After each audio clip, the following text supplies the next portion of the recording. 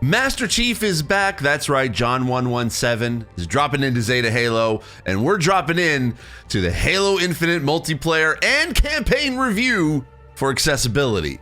Is Halo Infinite the accessible game that we all wanted? Well, let's find out.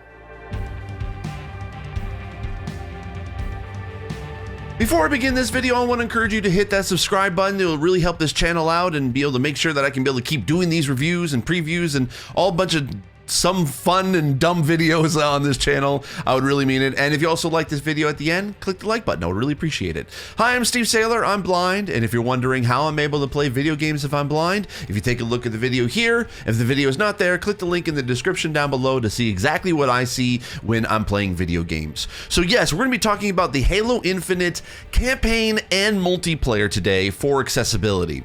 Now, this video is, if you probably noticed the time, how long this video is, it's a pretty long one. I really wanted to be able to have a discussion about the accessibility in Halo than specifically focusing on features, because I think that that's kind of not really the conversation we should be having in regards to Halo Infinite. Not to be able to knock the what options that are there, because there are some really great options in there. Being able to increase large text, being able to add a narrator, remapping controls both on console and PC, being able to adjust screen shake and also camera blur and screen effects. There is a lot that's in the game that honestly on the surface would make this game look like it is accessible. But is it? That's the thing I wanted to be able to find out. So I recruited my friends into the Spartan program. Yes, I have Grant Stoner and Ben Bayliss back again to discuss our thoughts on Halo Infinite campaign and as well as multiplayer. Think of this as kind of like a podcast episode than necessarily just a review. I kind of like these conversations happening around accessibility than just specifically going into features and options, because we've kind of now begun to realize that accessibility is more than just that. And so I really wanted to have discussions from people and with different disabilities so that we can kind of discuss in sort of a bigger picture of the accessibility in games. And I really like how these conversations are turning out. I've done a few of these already, and I really enjoy them. But let me know if you like them. Once after you watch this conversation, please leave a comment down below. Let me know what your thoughts are. All right, so let's drop into Zeta Halo and let's talk about it. We're talking Halo Infinite. We're going to be discussing the campaign as well as the multiplayer in regards to accessibility today, but I'm not alone. I have one of my closest friends here who's played the campaign. We're talking about it. It's Grant. Why don't you introduce yourself, and what is your favorite weapon in Halo Infinite? Hi, I'm Grant. I am a disability and accessibility journalist in the gaming space. And my favorite weapon is the Hydra. Hydra, I love that. I think probably mine is the energy sword, because it's classic Halo, and I'm like, ooh, I remember jumping in. I'm like, yes, one swing, one kill. That's all I need, which is great. So let's talk about Halo Infinite accessibility, because there's two aspects of accessibility that I think we kind of need to touch on, and that's because of how separate certain experiences are. I think in regards to multiplayer and in regards to the campaign, I think kind of like, Grant, I want to know from you kind of like this sort of the TLDR, because I want to kind of like get this out of the way first in regards to accessibility. Here's the big loaded question. Here's the elephant in the room. Is Halo Infinite good for accessibility? Now go. Oh, that's such a loaded question. Yeah. I will give you the short answer, then we'll get into it. Okay. Let's retell about more. No. The Fair short enough. answer is no. Yeah, fair enough. I think I would agree with you to a certain aspect, because we were kind of, so behind the scenes, for those who are watching this video, we kind of have to sort of talk about, we were kind of debating back and forth, because we wanted to have our friend Ben Bayliss from Can I Play That on here as well. You've seen him in a few of my reviews, but his internet connection in the UK just decided to not want to work well and play with others. So Steve, he's going to be recording a video that I'll put in this video to get his overall thoughts on it. But we were kind of, the three of us were going back and forth about this game, because you both kind of had some valid issues with it, where I didn't really feel like that I had experienced that much. there are some similarities that were kind of coming in, but I think our kind of experiences with it are based upon what we were able to do and what our barriers sort of were. And I think that kind of goes to show that it's not a consistent accessible experience across the board. And I think that that's both good and bad, but also kind of helps show certain aspects of the design and the options not connecting. And we'll get into more of the very specifics in a minute. But like, I want to hear from you, Grant. What were some of the kind of the major sort of pain points, as it were, that you had in playing? Let's go with the campaign at first, because that's what kind of people are looking to find out about. Is the campaign accessible? What were some of the kind of pain points you had with Halo Infinite campaign? So before I begin, I do want to say that I am a fan of open world games. I love Skyrim, Assassin's Creed, Far Cry, Immortals, Phoenix Rising, all of those. It's one of my favorite genres. The reason why Infinite for me doesn't work is because the level of verticality that's in the game, combined with the game speed, makes it so every fight that you do in a very open setting is very taxing on my hands. I am constantly sprinting throughout the map, grappling to different enemy locations, jumping over grenades. It's too much. And when the game emphasizes to the player to continuously explore, I can't play more than a few hours without having my hands cramped up for the rest of the day.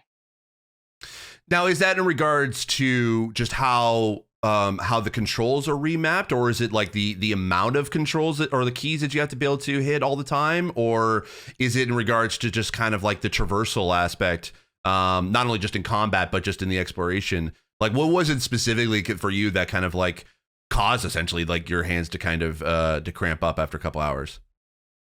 Purely the design of the game. So the amount of traversing, the amount of verticality that's in the game. The options that are in the game are great. They were beneficial, but the fact that the game itself was constantly the same, the speed, the jumping, the parkour aspect of it, it's never really been in Halo. It didn't work for me because the combat's the same. But when you introduce the combat in an open world setting and you're forced to continuously move, that adds a layer of pain that I haven't experienced with Halo. Okay, I got you. Yeah, I'll kind of address that, because I think I disagree a little bit with you, but that's only based on like when I say I disagree, for those who are watching this, it's not even that I think that we're like I'm right for accessibility and Grant's wrong, or vice versa. It's literally just what really this shows, like the spectrum of disability is vast, and one experience is different than the other. So when I say I disagree, like my experience was different, because I felt that yes, it still has the same Halo experience that we all know, and yes, it's a little bit more open than it used to be because of the open world, and the traversal is I will agree that is a little bit more vertical, and you have to constantly be moving than you used to be in a Halo game. And I think that the accessibility options that are there do help. But I think it's, for me, I didn't have as much of an issue when it comes to going through the open world. I'll even say from my experience, that first section that you kind of jump into the campaign, I was able to, I cleared that first section 100%. I was able to do all of the individual things you can be able to do, which is like finding the Spartan cores, finding or taking down the facilities, the banished facilities that were there, finding some of the kind of high end assassins or lieutenants of the banished, even clearing out the fobs, which are basically these little bases that you can kind of use as fast travel points and can unlock. You can unlock and use vehicles and weapons in the game, and also some of the like kind of the hidden stuff like the Moliere armor pieces that you can be able to utilize in multiplayer when you kind of jump into that. So there's a lot of things I was able to clear, and that I actually had to stop. And I was like, oh shoot, I haven't really done a lot of the story, and I had to continue on with the story just so I could be able to kind of do it enough for the review. But it was the one aspect of the open world that I actually liked, because it didn't feel like it was too overwhelming. Whereas games that you mentioned, Grant, like Far Cry and Assassin's Creed, I kind of felt like that those maps were a little too big and too daunting of a task to be able to do. But I kind of see where you're coming from, but it was sort of I think we had two completely different experiences. I think the one thing that we do kind of agree on that was difficult, I think, for both of us was definitely the grapple shot. And I know that's a shocker for a lot, because if you played the multiplayer, the grapple shot is like one of the best things you can be able to get in the game. And it's one of the newest things in Halo that is like, oh my God, this sort of changes the way that Halo is played. But Grant, I want to hear from you. Like, what were some of the pain points that you had with the grapple shot, and that I think could help explain a little bit of like the verticality issues and the mobile issues that you had with the game? Yeah, so whenever you first get the grapple shot, and this isn't spoiling anything because it's literally the first 5 minutes of the game, Mhm. um, it's treated as sort of like a fun gimmick, right? Like you don't expect to be using it a lot, you don't expect to be fighting every encounter, every engagement. It's just a fun little dash. You can be like, oh, I want to go over here. However, whenever you enter the open world aspect, you're basically forced to use it. Because of the verticality, enemies, and not just snipers, are all around the map. They're on all different elevation levels. You could climb to them and jump the normal Halo way, but by the time you get to it, you're gonna die, because your shields will be depleted. So you're constantly having to look up and around, shoot the grapple, launch yourself to the enemy, kill that specific enemy, find a new sniper, go to him, grapple to him, jump to him, all while dodging bullets. It just becomes very labor intensive for people like me with limited movement and limited strength levels. Whereas whenever the game enters into a more linear space, it plays like traditional Halo, where there isn't this emphasis on verticality. You can complete the level relatively seamlessly. You can shoot the enemies because they're all on the same plane as you. And then once those sections end and the open world begins again, you realize just how necessary the grapple hook is. Yeah, I'll even say it from my experience. The grapple shot, while works great in multiplayer, there's a lot of things you can be able to kind of grapple up to or grapple towards, and it just really can give you a little bit of that extra competitive edge in the multiplayer, and it's great. But when you jump into the campaign, there are only certain aspects of the world that you can actually grapple to. And the only way you can be able to tell if something is able to be grappled is there's a little tiny reticle inside your own actual reticle that lets you know, okay, this is something you can grapple to. Like, I think it changes the color based on what color you change for color blindness options. So mine was yellow. So there's like a little tiny yellow dot in the middle of the reticle that will appear to let you know that you can be able to grapple something. And if you're hovering the reticle over an enemy, it'll appear in that color as well to let you know that you can also be able to grapple to them as well. But yeah, you're right. I think it's because of that. And when you're trying to be able to run and dodge away from combat is very fast, as you said. It's not as fast as, say, Doom Eternal. Honestly, Doom Eternal kind of makes Halo look like Stardew Valley. There's a reason why I've never played Doom. And that's it. It's just too fast. It's way too fast, and you're constantly having to be able to move, which in a way technically is also, I guess, the Halo experience. But I feel like with this is like there's almost like you have to move a little bit more than you used to. I think because of how big the world is around you, until you get into those kind of small, like the linear missions as you go in the campaign. But what I think kind of also is tricky as well, and I'm kind of tying the grapple shot with also a bit for me the difficulty in some of the missions is there's a bit of difficulty curve with it. I think even playing on normal, it was a little bit harder because of how much I had to move around. That with combat, that I died a lot in this. It's very generous when it comes to its checkpoints.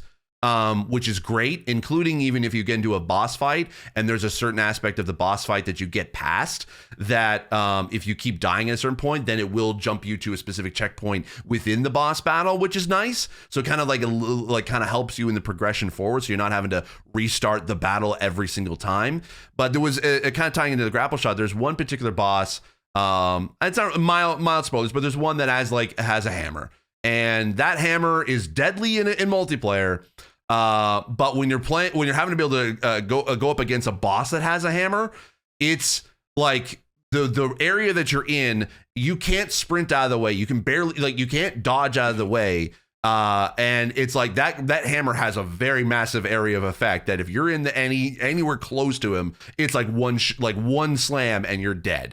And I had to use the grapple shot in order to be able to get away fast enough, because the sprint and the there's no dodge. You don't have the thrusters yet in that point in the game. So, and because I didn't have that proper weapon loadout, I didn't have a rocket launcher. I didn't have a high-end weapon at that point because I had to go through an entire map of a bunch of different guys. So I didn't have the proper weapons to be able to deal with it. I died so often that I basically I had at one point I had to stop my play session and jump back into it later because I felt like I just can't get through it, and my disability was getting in the way at that point. So that's kind of an example from my experience that while it can be frustrating, because you also can't change the difficulty once you get into the game. The only way to be able to change the difficulty is you have to restart the campaign over. So if you set to a certain level, you're stuck in that particular difficulty level the entire time. And I kind of wish I went a little bit less. I went normal on it, and I wish I kind of went to the easier side. Not to say that difficulties modes would have really helped in regards to accessibility, but it would have at least helped with some of the general aspects of the accessibility things. But Grant, what are your thoughts in regards to, let's talk a little bit about the difficulty, because that is part of it. And normally in games, you can be able to change that midway through a game. What are your thoughts? Because you mentioned earlier that you kind of play Halo with a little bit differently for difficulty than you normally do play it. Yeah, so traditionally whenever I play Halo, and I hate saying this, it sounds like I'm bragging.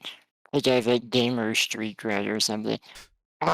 I usually play the campaign first on normal, just to feel for it. And then every campaign except Halo 5, because I never played 5, I do it solo legendary, because I like to get the achievements on it. And it takes me time, but I always complete them. I played Infinite on normal difficulty, but because of the emphasis on movement and the game speed and the verticality that the map features and the emphasis of grappling the enemies, it felt like to me I was playing on legendary, which made it even harder for my hands to cope. So even though I was on normal, Infinite proved to me that while these options exist and surely to help you, they don't make your game accessible. And I bet even if I was on easy mode, the fact that I would still have to move a lot, I would still have to use a grapple hook, I still have to be jumping and dodging enemy fire, it would still make my hands cramp. And that's something that flipping a difficulty option would not be able to fix. Well said, because that does tie into where I want to go into next, because I think this kind of shows an aspect of Halo that, or at least in regards to accessibility, that we haven't really touched on, even in my reviews, but we've kind of sort of, it's been part of the conversation, but it's something that I think that this game is proof of. When you boot up the game, the accessibility option menu is like the first thing you see. When you boot up the campaign, it is like so for those who are not in the accessibility community, they'll see that and be like, oh, that's awesome. That means that the game that has a bunch of accessibility options. This game is really accessible. I got excited about it when the multiplayer came out, And I was tweaking with some of the settings, and I was really liking what I saw. There's large text. I can change the enemy colors to make it a little bit more higher contrast. There's a narrator that's built in. You can adjust the sensitivity of each individual zoom reticles when you're depending on which weapon you're using, and how sensitive the sticks are for those. You can adjust all of the controls are completely rebindable, both on console and on mouse and keyboard. You can be able to make some, like, you can add subtitles and stuff like that. There are some things that are missing in that, but there's a lot of options that are there that on the surface would make this seem like that this game is super accessible. But I think the problems that both myself and Grant, I think, and even Ben, when I include his video in a minute, of the issues that we had was that this is kind of proof that even though there's a lot of options, sometimes it's not enough. And the campaign kind of really shows the holes in the design of the game, that you can tell that some of the design decisions was not accessibility was not considered as part of it. And I want to touch with you, Grant. I want to get your thoughts on it, because we kind of sort of discussed it in specific details, but I kind of want to go a bit broad with it. What are your thoughts? And like, is that a true enough statement? And could you do you want to elaborate a bit on that? Yeah, I actually have. I actually have an article coming out in the coming weeks that touches about this very topic. When we think of accessibility, like you said, it's like options, options, options, right? And they're beneficial, but in games like Halo and in games like the dreaded Sekiro, I have those games. Oh no, you said the game that shall not be named. I said the S word. Yeah. The reason they're so inaccessible is because they're designed in such a way that the barriers that we already face become insurmountable. Mm-hmm. It doesn't matter for me in Halo, for example. I could change all my controls.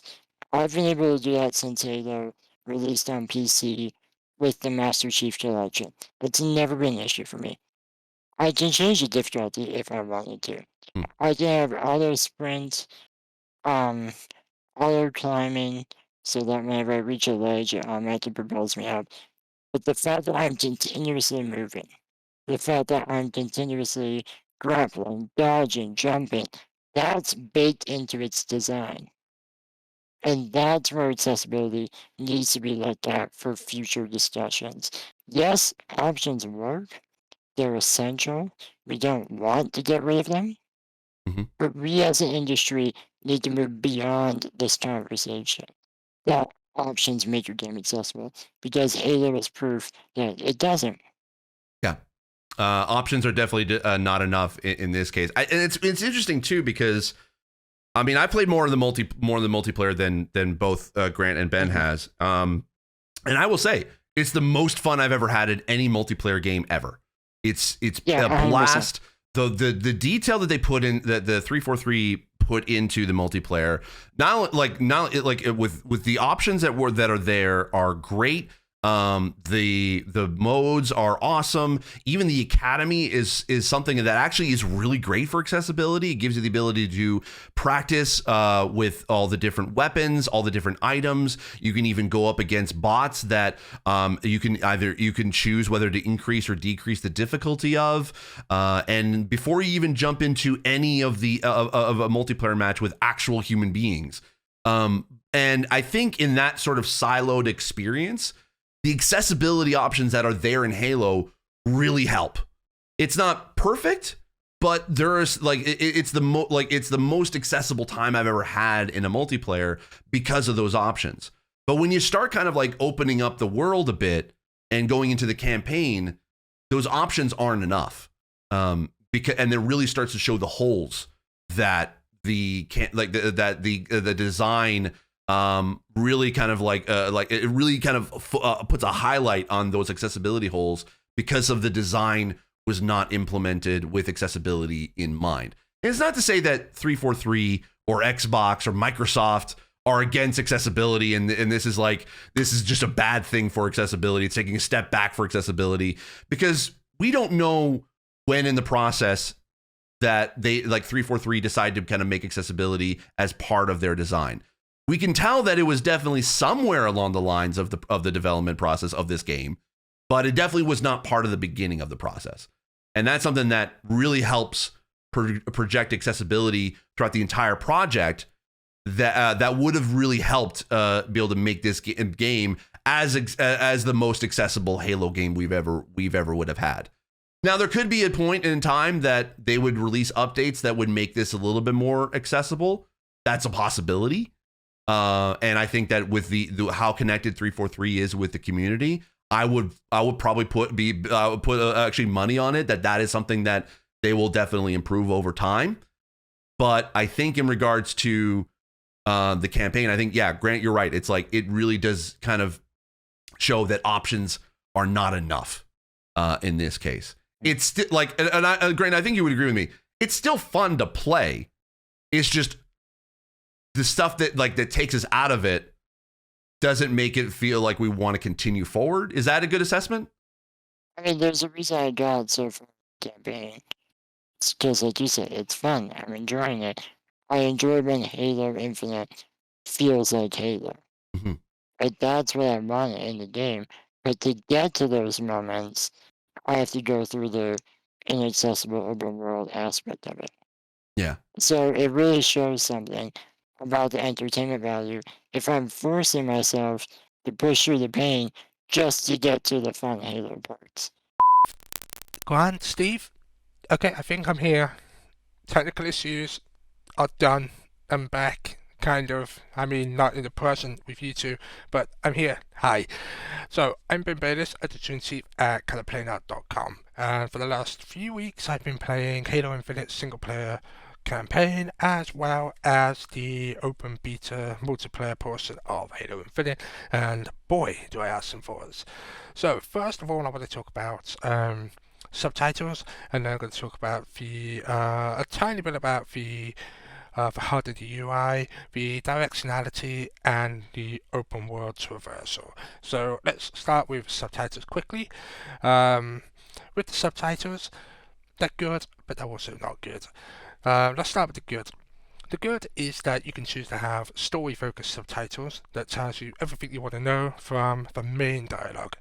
You could also then have additional subtitles for everything else. This goes for enemy taunting, and when you're in multiplayer, it also subtitles the other players' tactical commands that the AI will say. So when you're running around, your character will just call out random things that's happening in regards to the gameplay. That's all subtitled, which is brilliant.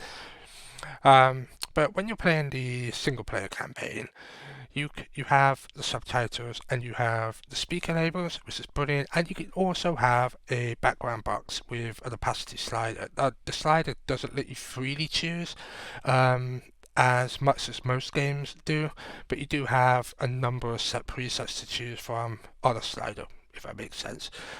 But the one thing that I really like about the subtitles is the color. So you can have it so that you can have the speaker label assigned to colors, or you can have the subtitle of the dialogue assigned to a color, or you can have both of them. Now, for me personally, I found having both the speaker label and the subtitle colored was massively helpful, especially when I'm in the middle of Halo Infinite's fast combats. Now, the reason I found it better was because I could glance at the subtitles, and if they're red and I'm in combat, I know that more or less the enemy is just going to be taunting me, and it's not really worth my attention. But if it's something blue or green or yellow, then I know it's something that I should probably pay some attention to. So with blue, for example, that indicates there's a main friendly character talking, so I want to pay attention to that because it might have some objective information. But in regards to the size of the subtitles, at their largest, not great. Like, their largest is not great when you compare it to the recent Forza Horizon 5 and even Alan Wake. Like, the subtitles on that were massive. But with Halo Infinite, it's not brilliant. But But then again, small text is something that I had a big complaint about, but spanned the entire game, really, to be honest, because, well, as I said in my review, the heads-up display feels overly stylized. Like, there's a lot of glows on there. There is white text on blue backgrounds, and even with low opacity or high opacity on the heads-up display, it just feels hard to read. And when you open the attack map, information about different areas or the lore of different things, it all feels too small at its largest. And as I said in my review, I felt like a kid again, playing the original Halo on my analog TV, sat on the floor with my legs crossed right next to it. So it's not brilliant. I can't really play it comfortably. I'm constantly on the edge of my seat trying to play it. But unfortunately, that is how it is for me with Halo Infinite's single player. The multiplayer portion is kind of the same as well, but it's a little bit different because there's not that much that you need to pay attention to. It's just basically shooting other people. As for directionality, with Halo Infinite, it's complicated because the open world is what has been heavily marketed. It's the selling point of the game. But unfortunately, I don't think it works. Like, I know that Grant is going to have said something about this. It doesn't feel like a Halo game.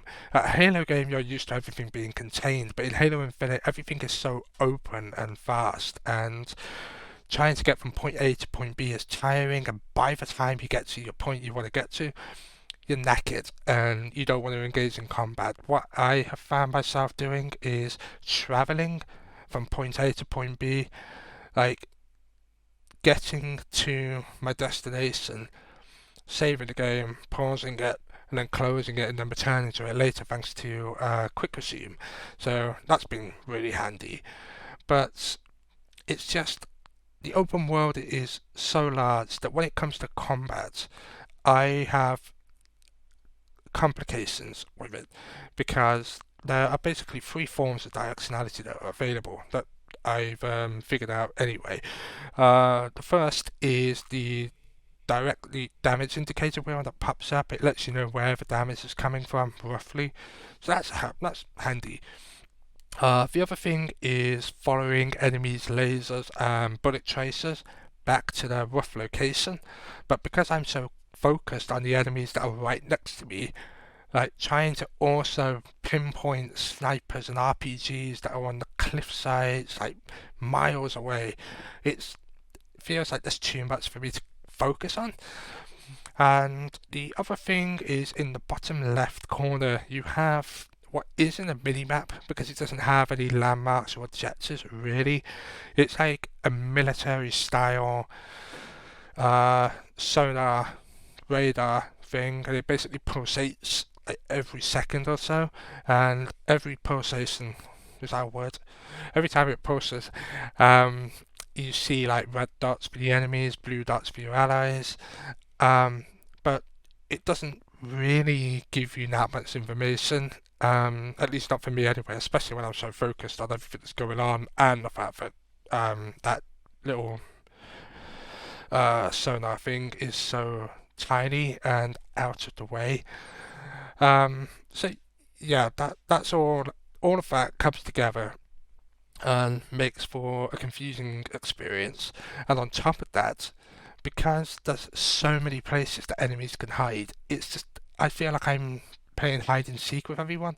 Like, there'll be a brute or a grunt hiding behind some trees in the forest. I'll have to go and wander off and try and find them.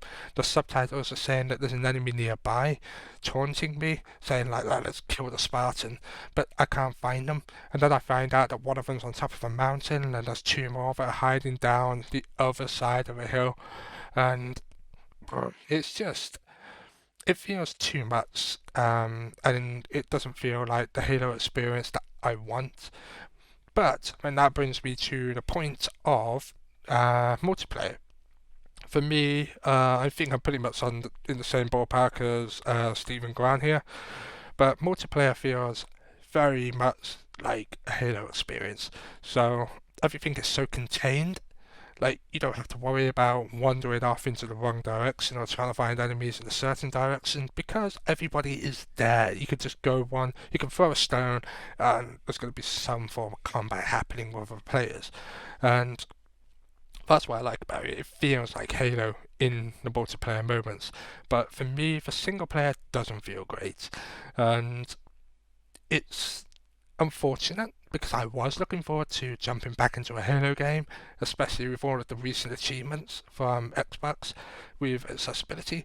So yes, it is a shame because I do feel like Halo Infinite is the most accessible Halo game to date, but everything that is there has been implemented clumsily, and it feels like it's been put in so late in development and without any proper testing or looking at it and just making sure it's been implemented correctly.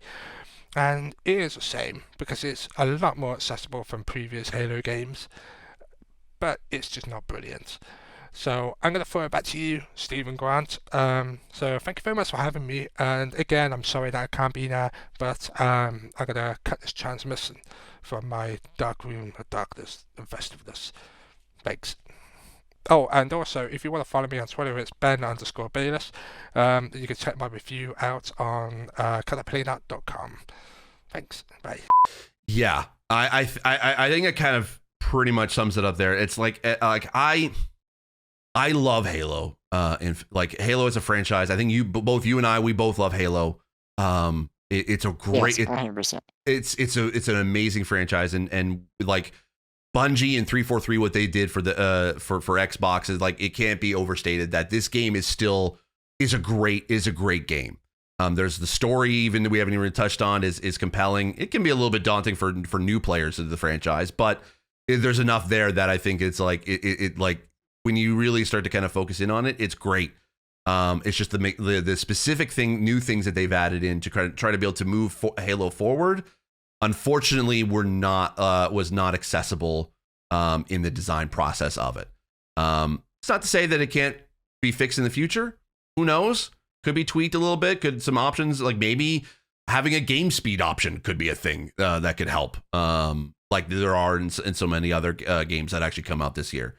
Who's to say? I think it's like I think if I had to sort of sum it all up when it comes to Halo, and I'll ask your sort of concluding thoughts in a sec, Grant, but my sort of concluding thoughts of it is that I still want to be able to play Halo. I still enjoy what I'm playing with campaign, and I absolutely love multiplayer. But is this the most accessible Halo game in the franchise? No. Is there room for improvement? Yes. And I don't think that this is a step backwards for Halo or for Xbox.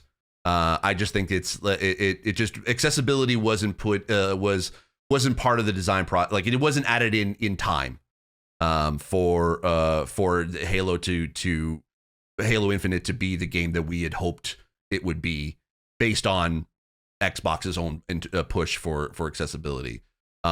But Grant, I wanted to hear, what are your sort of like concluding thoughts of Halo Infinite, campaign and multiplayer? Let's sum it all up. I will say first that it's not a bad game. It's still very enjoyable. There's a reason why I'm pushing through my pain to continue the campaign, because I want to see where it goes, because I'm enjoying it that much. I think this is just the greater conversation of how do we move accessibility forward. And let's use Infinite as an example, not by saying, look at this problematic child over here, but by rather showing us where can we improve and how can we use these techniques for future games. Campaign, it's just too open world. It's too intense. The linear parts that exist are amazing. I wanted more of those because I wanted that quintessential Halo experience that makes it so accessible to me.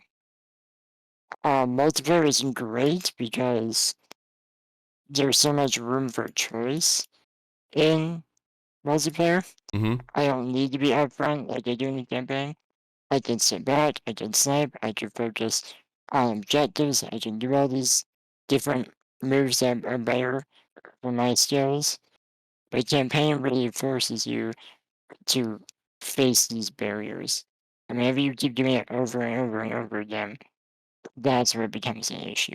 Right. So I love Halo. I don't know if I love Infinite. That's fair. And I think it's like, it's good. This review is probably going to be in contradiction to a lot of people's reviews that are going to be coming out today about Halo Infinite, Yes. because I can see where people are going to be like, this Halo is back. Halo is great. This campaign is awesome. The people are probably not going to have any issues with the open world aspect of it. And it propels Halo forward as a franchise, as a 20-year franchise. It propels it forward into to hopefully be able to make the franchise even last even a further 20 years from now. And I think right now we can tell that at least it's partially there for accessibility, and we love the attention. There's some great people over there at 343 that are and even at Xbox that are really wanting to be able to push for more accessibility. It just happened a little bit too late in the process. And I think that like like I'm still gonna play it. I'm gonna be frustrated by it, but I'm still gonna be play it because I really want to be able to keep playing it. But I think it like, and I'll definitely be playing multiplayer for a long time because I really enjoyed that. But I just concluding thoughts. I can't even think of sort of something that could be able to be improved, because I know that even in this review, you're probably watching this, or if you even get this far, we never talked about any specific settings, any particular issues that we had with it. I may have added it into the beginning of this review or even at the end of this. I don't know. But and I kind of want to mention these in regards to these reviews that I'm doing. It's not necessarily about the specific options or the specific things that are hard for me to be able to kind of like, because disability is a spectrum. It's all over the place. I can't just sort of say these options are great, these options are bad, and that's a concluding factor, because what I say is bad could be great for some people, and what I think is great could be bad for others. And so we can't really talk about that. So we can only kind of give our general thoughts of the game in of itself. So I would say, if in conclusion, like if we're talking to people at 343 or just people in general who want to learn about accessibility, or even the disabled community itself who's watching this right now, because I think it's on Game Pass, it's day and date in Game Pass, the ultimate thing I can basically say is try it out for yourself. There could be enough there that can make this experience the best Halo experience that you can have. But there could also be stuff that's missing in there that you had in previous Halo games, or you never played a Halo game and hoped that this would be a great Halo game to play, that you will not be able to play this. And that's kind of across the, like, I think that's kind of across the board. But I think it's kind of one of those, you got to try it for yourself and see what fits. And then if you have issues, talk to Xbox, talk to 343. They have feedback forms that allow you to provide your own feedback, because they want that feedback. They want to make sure that they can be able to hopefully be able to fix the concerns that you have. So that's the best way. If you want to be able to make the game more accessible to you, that is the best way to be able to do it. I know I have a voice, Grant has a voice, Ben has a voice. We all have a voice in regards to accessibility. And for some of us, our voice is a little bit louder than most. But the ones that where you can have the direct impact is when you can when you send that feedback to the devs, they will look at it and they do care about that feedback. I don't know. I went on a little bit of a tangent there, Grant. I apologize, but like, what are your thoughts? Like, would this be a game that you would recommend? I always have to be careful, because I came on first from I say that with reviews, these are just our opinions on the game, Sure. right? Like you said, being disabled, it's a massive spectrum. I know even for my disability, it's such a spectrum that I can't compare to like, if you were to put 3 people in the same room with my disability, I guarantee we will all have different strength levels and functions in our hands and such. Ultimately, these are the experiences that we encountered. They will more than likely affect your playthrough. But like Steve said, Xbox isn't doing this to be mean. They want to help you, they want to learn. And if you have these issues, try the game for yourself. Contact their support. They'd be more than happy to listen to your feedback and requests as long as you're respectful. Yes. I also want to put that out. Don't be a jerk. Yeah, it's just for me, Halo Infinite was, dare I say, my biggest disappointment of this year in terms of gaming. It doesn't mean it's bad. Mm-hmm. It could be great for you, but there's room for improvement, and I hope that they will respect the feedback and use these lessons for future games. Yeah. And I think they will, because Xbox has shown in the past, and so have other studios across the industry, that they want everyone to play their games for Yes. as many people as possible. Yeah. So while Halo for me was a dud, it doesn't mean it will always be like this. I think this is like, and Xbox is like, this isn't a step back for Xbox, or for 343. This just kind of shows like at least where in the process Halo and 343 was, like before and after, when Xbox started to kind of like roll out a bunch of different either staff or policies or support to kind of help make the games more accessible. I think Halo Infinite was kind of in the middle of that. So this is like, because when you compare this to say like Forza compared to this, Forza had accessibility as part of the very beginning. So it's a very big very big push for it's probably the most accessible game of the year for me. But you're right. It's like it could be maybe not accessible for someone else, but it definitely hit a lot more of the accessibility spectrum than what Halo did. But I think it's because they started from like that from the very beginning. So I think it's just like Xbox is proven that they do care about accessibility, and 343 also has proven that they do care about accessibility.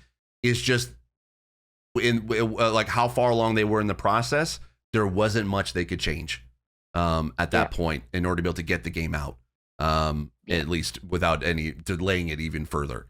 So I will say that I think we should use Halo Infinite as an example that we need to push the industry beyond this notion that options fix everything. yes. I think Halo, that's what we can use Halo Infinite as the perfect teaching moment. Is that at a time when the industry is so fixated on options, we can point to Halo and show that this game had those options. It still didn't work. It just wasn't enough. Right. Yeah. Yep. I think it's pretty good conclusion in that. And I think it's probably the best way to be able to kind of end it. So that is it. Thank you so very much for watching. I know this is a really long video and I really appreciate it. I'm kind of thinking this is kind of like a podcast episode more than necessarily a review type video that you would see on like IGN or GameSpot. But I feel like that this is really something that I kind of really want to be able to push for in my content more now, is kind of more the conversational, allow for open dialogue and allow for a lot more nuance in regards to accessibility than just talking about features and listing of options, because accessibility is more than that. It's about our own unique experiences, and I really want to be able to touch on that. So hopefully I can be able to have more of these conversations in every review I do from here on out. If you did like this type of review, I've done a few of them. I've done them for Psychonauts 2, done them for Ratchet and Clank, and I've done them obviously for The Last of Us 2. It kind of started from back then. If you like these reviews, I would really encourage you to please leave a comment down below and let me know what you like, what you dislike about it. I would really appreciate it. It's constructive feedback is definitely welcome. If you prefer sort of the shorter videos, I understand, and leave a comment letting me know why that you would prefer those, and maybe I can sort of come up with a compromise. Anyway, if you like this video, give it a thumbs up. I would really appreciate it. And also make sure again to hit that subscribe button so you can be able to be you can be notified when new videos come out. Thank you so much for watching. I really appreciate it. I'll see you in the next video. As always, I remain obediently yours. Bye.